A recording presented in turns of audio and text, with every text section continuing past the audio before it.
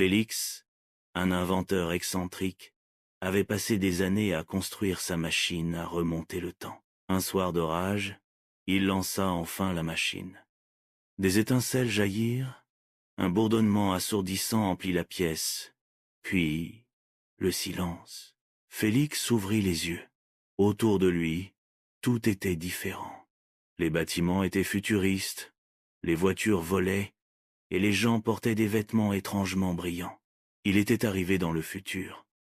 Un homme à la peau bleuâtre, vêtu d'une combinaison argentée, s'approcha. « Bienvenue, voyageur, temporel », dit-il avec un sourire étrangement froid.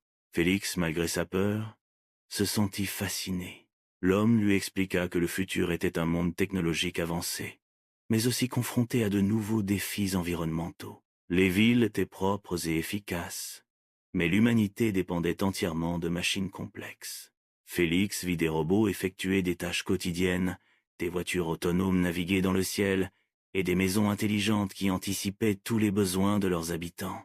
Il observa aussi la précarité énergétique, la forte dépendance aux technologies, et une certaine forme d'isolement social.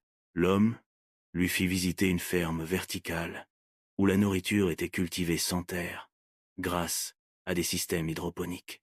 Il lui montra des écrans géants, affichant des prévisions météorologiques précises, mais aussi des alertes sur les ressources naturelles en voie d'épuisement.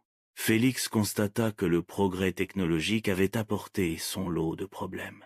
L'homme l'avertit de ne pas interférer avec le cours du temps. Félix retourna à son époque, le cœur rempli d'émerveillement et d'inquiétude. Il avait vu le futur et savait qu'il fallait agir pour un présent plus responsable. Il passa les années suivantes à promouvoir les énergies renouvelables et la préservation de l'environnement.